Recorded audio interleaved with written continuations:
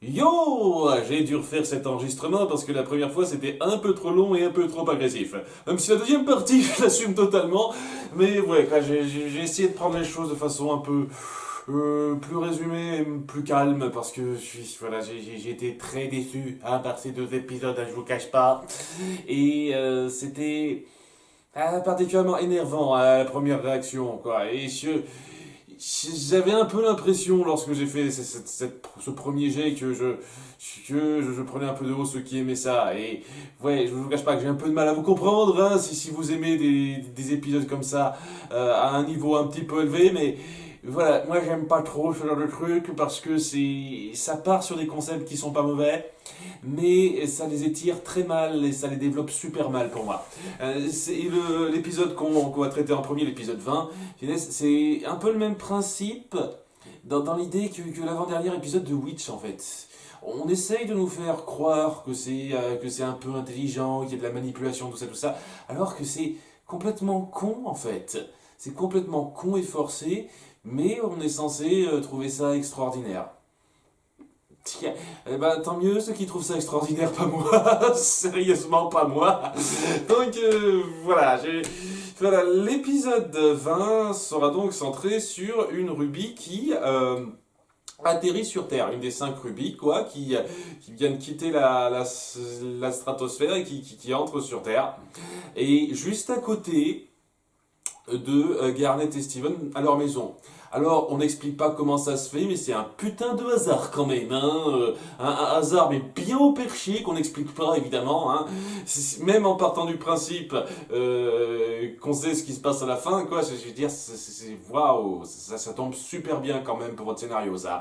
En tout cas, voilà, quoi, cette rubis-là, elle s'appelle Nevi, diminutif de Nevel pour nombril, et en gros, dès lors qu'elle atterrit, quoi, genre 3 secondes après, elle demande à Steven et Garnet, sans être surprise plus que ça, et s'il vous plaît, est-ce que vous pourriez m'accueillir chez vous? Le Homeworld m'acceptera pas, tout ça, tout gentil, s'il vous plaît, s'il vous plaît.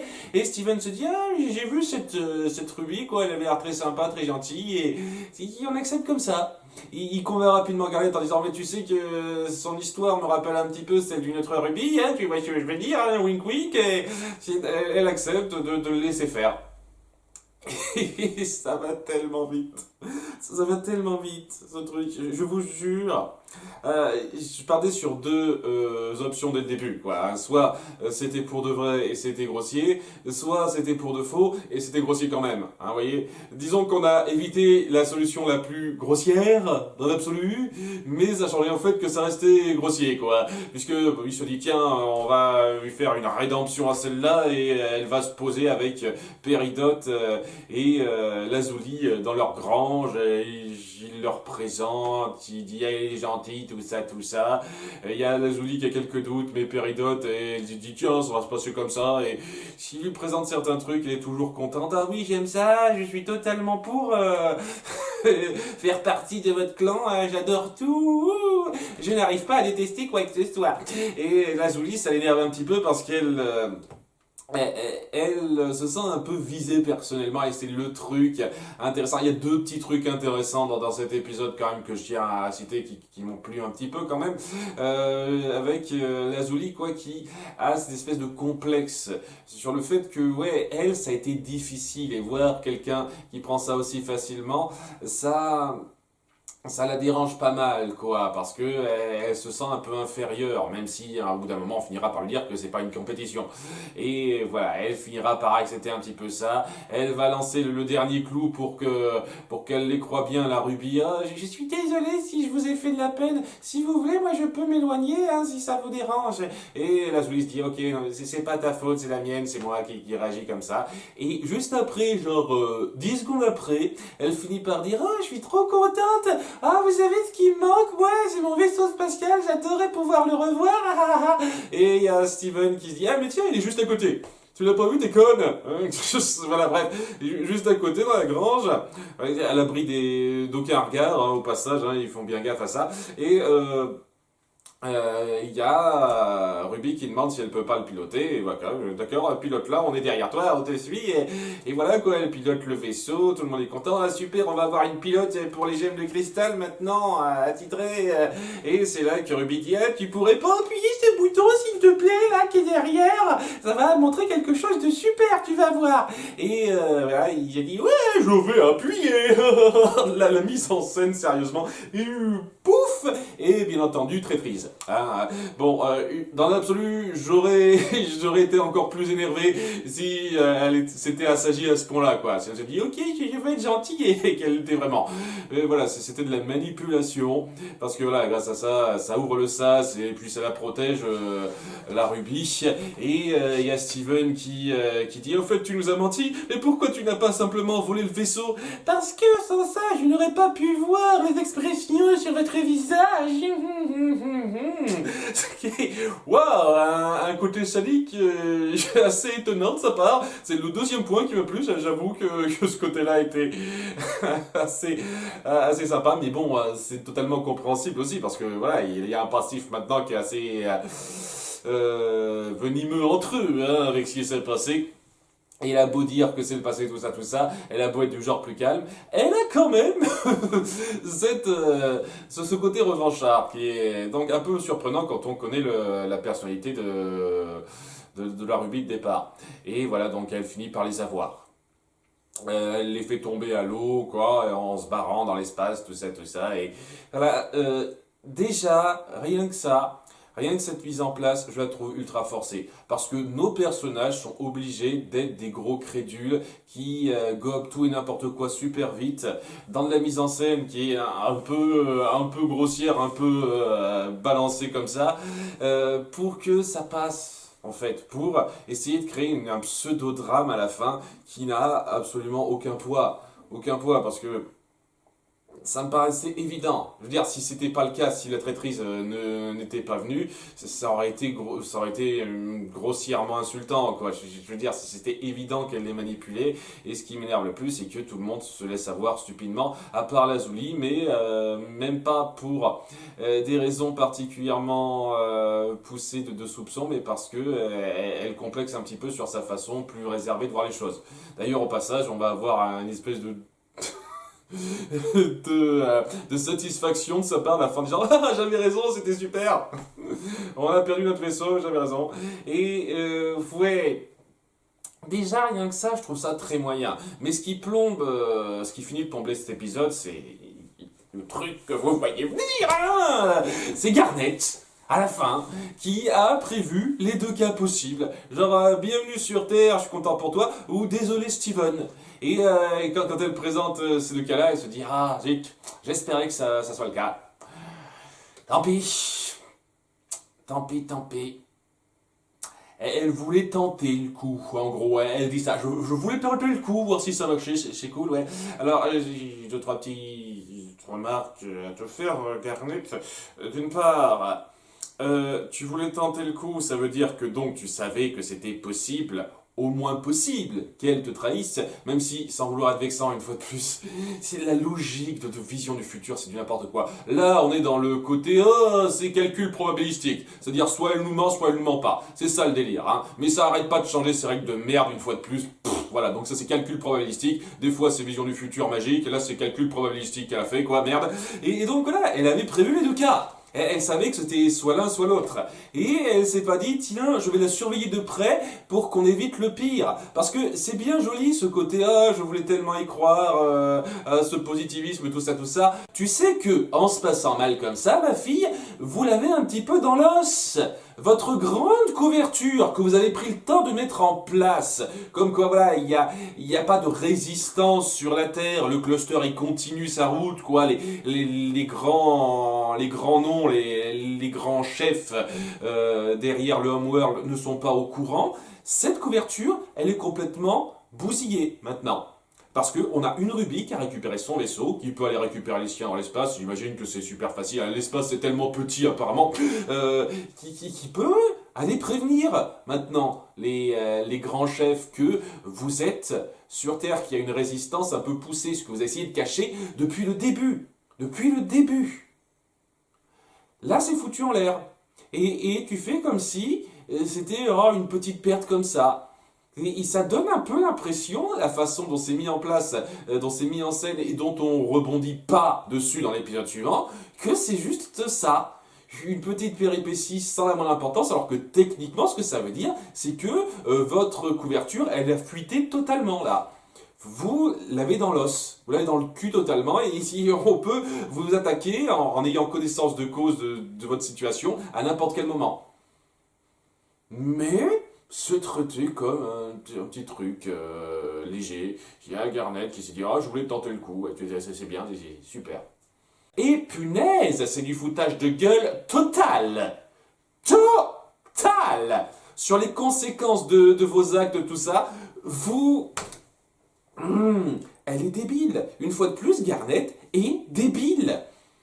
Parce que si elle avait été un tant soit peu intelligente, elle aurait au minimum surveillé de près cette Ruby pour qu'on évite de faire ce genre de truc. Mais non, je peux pas accepter ça, quoi. C'est irritant au possible. Déjà que la mise en scène, si on prend pas en compte Garnet, je la trouve très très moyenne, mais ça en plus, ça plombe le tout, hein. Ça plombe le tout, ça n'a aucune légitimité, hein. C'est forcé avec le cul. Voilà ce que c'est que ce truc. Et donc c'est mauvais, à fond. Sérieusement, j'ai détesté cet épisode, et le suivant j'ai trouvé... un peu joli dans l'idée, mais particulièrement chiant dans sa grande majorité, hein. Parce que voilà ce qui se passe.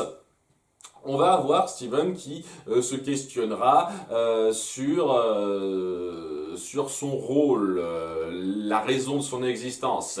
Il se dit pas Rose m'a voulu parce qu'elle me voulait. Il se dit tiens, si ça se trouve, Rose m'a créé pour une raison particulière, ultra spécifique. Ce qui, je suis désolé, n'a jamais été mis en avant de façon aussi prononcée avant. Alors certains pourraient me citer certains épisodes avant, évidemment, mais ça n'a jamais été prononcé à ce stade-là, à part vaguement, et quand je dis vaguement, c'est l'épisode 17 où voilà, il commence à accuser sa mère de l'avoir créé parce qu'elle voulait déverser ses responsabilités sur lui. Mais j'appelle pas ça... une espèce de remise en question ultra poussée sur qu'est-ce que signifie mon existence, tout ça. Mais maintenant, il est à fond là-dedans, quoi. C'est quelque chose qui le porte totalement et apparemment, il a fait une fixette sur la cassette que sa mère lui a laissée. Une fixette qu'on n'a jamais vue avant cet épisode, donc par rapport au fait qu'elle a peut-être laissé un message secret dedans. Donc il la revoit pour la énième fois et ça fait du bon remplissage facile où on recycle des images déjà présentes au passage.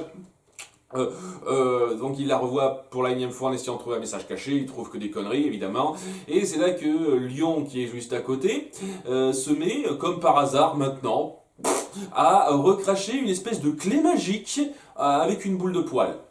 C'est cette clé magique, voilà, elle tombe maintenant, pourquoi? Parce que mon cul... Genre, est-ce qu'il ressent ce besoin de réponse de Steven et c'est comme ça que ça vient? Une fois de plus, la logique de Lyon, on l'expliquera jamais, ça me casse les couilles, ça aussi. Donc voilà, il crache une clé magique et pendant je sais pas combien de minutes, il va y avoir du gros remplissage sans intérêt où Steven essaiera de comprendre où elle va. Pendant 1 minute, il ira dans la crinière de Lyon en essayant d'ouvrir un coffre qui est là-dedans. Les dimensions sont clairement pas les mêmes, mais il insiste. Il essaye sur lui, il finit par demander à Lyon, est-ce que tu pourrais m'amener à un endroit où je suis jamais allé, où ça pourrait être ça, et Lyon il rechigne un petit peu, mais il finit par le faire, mais pas directement, parce qu'il faut remplir l'épisode. Et c'est ça le truc, il faut remplir l'épisode, c'est totalement le modo de ce truc-là, le credo total de cet épisode, il faut remplir, parce que sinon ça durait 2-3 minutes. Donc voilà, il finit par suivre Lyon dans une espèce de petit périple sous le soleil pendant des heures, et il se demande, mais que signifie mon existence? Les 3 autres gemmes ne peuvent pas me le dire, oh maman, que voulais-tu dire en me créant? Tout ça, oui, j'avais compris au début, c'est pas la peine d'insister là-dessus, hein. Bon, bref, après plusieurs heures, il finit par tomber sur la porte en plein milieu du désert. Steven lui demande à Lyon pourquoi tu m'as pas directement téléporté là. Il fait. Donc voilà, c'est sur l'épisode qui dit allez vous faire foutre si vous voulez une explication. Voilà, en gros, hein, c'est ça. Hein. Et la porte, en fin de compte, elle ouvre sur une espèce de décharge qui honnêtement aurait pu se trouver simplement en contournant le mur qu'il y a, mais peut-être que c'était bloqué par magie ou une connerie comme ça. La clé n'a aucune putain d'importance, c'est une excuse à la con, quoi. Et là, il trouve tout un tas d'objets sans intérêt dans cette décharge, sauf une espèce de cassette qui traîne par là, sur laquelle il tombe comme par hasard, qui est un peu la même que celle qu'il a reçue, mais adressée à une certaine Noura. Il se demande, mais qu'est-ce que ça veut dire, tout ça, et il finit par avoir des tonnes de théories, de questions là-dessus. Il se dit pas, tiens, est-ce que je pourrais pas juste regarder la cassette? Non, il y pense pas tout de suite. Mais voilà, il demande à Lyon, est-ce que tu pourrais me conduire à Noura? Et Lyon le téléporte jusqu'à son père. Voilà, son père qui est sur une colline de Beach City, et il se demande comment ça se fait qu'il est là, et il demande à son père, est-ce qu'il sait pour Nora, et il sait. Voilà, je vais te montrer, lis la cassette. Et en gros, c'est exactement la même cassette qu'il a faite, que Rose a faite, mais seulement, au lieu de s'adresser à Steven, elle s'adresse à Nora. Et tout ce que ça veut dire, c'est que elle avait prévu la possibilité d'avoir un garçon ou une fille. Ils s'étaient pas fixés à 100% à ce moment-là, quoi. Ils auraient pu avoir une fille, donc c'était soit Steven, soit Nora. Et on en fait des caisses là-dessus. Ok, oui, on n'est jamais sûr si on va avoir un garçon ou une fille, on n'est pas certain, donc on prévoit deux prénoms pour le coup. Je veux dire, c'est basique. Mais on essaye de faire tout un délire là-dessus. Steven qui se dit, ah mais si ça se trouve j'ai empêché la naissance d'une autre personne. Qu'est-ce que ça veut dire? Elle voulait pas forcément totalement de moi. Qu'est-ce que tu... Punaise, t'as 14 ans, mec. À quel moment tu vas commencer un peu à évoluer de ce genre de mentalité gamine? Sérieusement, 14 ans et demi facile, 15 ans même, depuis le temps qu'il a fait fêter son anniversaire, il doit bien avoir 15 ans, pas loin en tout cas. Donc merde quoi, et tout ça pour amener quoi à l'échange joli à la fin. Voilà la seule excuse pour laquelle cet épisode est créé et qui aurait pu se faire en 2 minutes, comme je l'ai dit, où il y a son père qui finit par lui dire, tu sais, on n'a jamais été certain de ce qu'on allait avoir, si on allait avoir un garçon ou une fille, et au bout du compte, ta mère, quand elle a fait cette cassette, elle n'avait rien laissé comme message caché ou quoi que ce soit, elle voulait juste que tu vives, que tu aies ta vie. Hein, tu n'as pas de rôle prédestiné ou quoi que ce soit. Hein, ça joue sur ce qui a déjà été mis en place avant, notamment dans le troisième flashback autour de Greg et Rose. Et voilà, Steven, il est touché par ça, il est content, il fait un câlin à son père, voilà, il y a un poids qui lui est ôté, qui honnêtement n'a pas été particulièrement appuyé avant cet épisode, je trouve, à part une fois de plus dans l'épisode 17, mais en dehors de ça, voilà, il y a un poids qui lui a été ôté, comme dans le fait de savoir que oui, sa mère voulait juste qu'il vive. Voilà. Et c'est beau, hein, ces 2 dernières minutes sont très jolies. Le reste, c'est du remplissage grossier sans intérêt. On passe 3 plombs sur des tonnes de conneries et sérieusement, j'aurais pu vous écrire la même chose en 2 minutes 30. Le même niveau d'émotion en 2 minutes 30. Steven se pose la question sur son rôle dans la vie. Peut-être que sa mère a voulu qu'il ait un rôle particulier en se tenant la cassette. Il rencontre son père pour lui poser la question parce que voilà, il dit que les 3G ne peuvent pas lui répondre, mais son père peut bien lui répondre directement. Il n'a pas besoin que quelqu'un le force à aller voir son père pour ça. Il demande à son père et son père lui répond. Son père lui dit, tiens, tu savais qu'on n'était pas sûr si on allait avoir un garçon ou une fille, il n'y a pas besoin d'une cassette pour ça, voilà, on a pensé à t'appeler Nora si t'étais une fille, mais au bout du compte t'as été un garçon, et ouais, ta mère, en fait, elle voulait juste que tu vives pour vivre, simplement, avec un beau discours, en revoyant un peu la cassette qu'il a, quoi, faire un petit retour sur cette cassette qu'il avait directement, parce que bon, la seule chose qui change dans la cassette qu'on a à la fin, c'est juste qu'elle dit Nora au lieu de Steven, c'est pareil, même niveau émotionnel. Et j'ai beaucoup moins de perte de temps. Mais voilà, des fois, faut avouer, les épisodes vont trop vite pour ce qu'ils racontent, mais des fois ils font beaucoup trop lentement pour ce qu'ils racontent. Hein. C'est un peu ce problème de gestion, il y a une inégalité atroce à ce niveau-là. Quand ça veut raconter quelque chose qui n'est pas censé tenir sur 10 minutes. Hein. Et voilà, ce format forcé, c'est très détrimental, je trouve, très détrimental. Et là, ça se ressent particulièrement, quoi. Je veux dire, j'aurais pu être touché si c'était seulement 2-3 minutes sans gros remplissage forcé grossier à côté, mais non, hein, je peux pas. Hein. Les remplissages de 8 minutes, je peux pas prendre ça comme si c'était rien. C'est affligeant, c'est assez affligeant et ça ôte beaucoup d'impact à la beauté de l'échange que vous voulez nous donner à la fin. Parce qu'il est beau cet échange de fin, mais ça suffit pas à rattraper toute la perte de temps qu'on a eue, en tout cas pour moi. Donc, ouais, c'est décevant. Et ouais, je vous cache pas, cette saison 4, pour l'instant, elle a l'air bien partie pour être la pire. Hein. Parce que voilà, quand on a eu 5 épisodes centraux qui étaient intéressants, qui racontaient quelque chose de bon, et à côté de ça, des tonnes d'à côté. Des tonnes d'à côté qui sont, je suis désolé, en termes de fréquence, encore plus discutables que la saison 1. Je tiens à le dire, quoi. Je compte, sans prendre en compte donc les 5 épisodes centraux, sur les doigts de la main, les épisodes qui m'ont bien plu. Sur les doigts de la main, jusqu'à présent. Et on est à l'épisode 21. Donc, ouais. Pas génial, quoi. Et on est à 4 épisodes de la fin, et la seule chose qui est mise en place maintenant, c'est le fait que, ouais, il y a une Ruby qui s'est barrée avec son vaisseau, et que l'épisode après, on a fait comme si de rien n'était à ce niveau-là, donc c'est ça la menace du moment, maintenant, sans doute. Je sais pas du tout à quoi m'attendre pour le final de cette saison, en fait. Tellement il y a rien qui a été mis en place de façon ultra forte, quoi. Est-ce que le zoo, la gâte du zoo spatial va revenir ou un truc comme ça? Je ne sais pas. J'avoue que je sais vraiment pas à quoi m'attendre pour cette fin de saison, et ouais, ces derniers épisodes m'ont vraiment pas enthousiasmé. Ce qui est dommage parce qu'en règle générale, les derniers épisodes d'une saison, c'est là que ça brille le plus, c'est là que ça décolle le plus. Mais là, 4 épisodes d'affilée où j'ai trouvé que c'était vraiment pas joyeux. Hein. On verra si ça se rattrape dans les 4 derniers épisodes, et tout ce que j'espère. À bientôt pour les épisodes 22-23. Bye!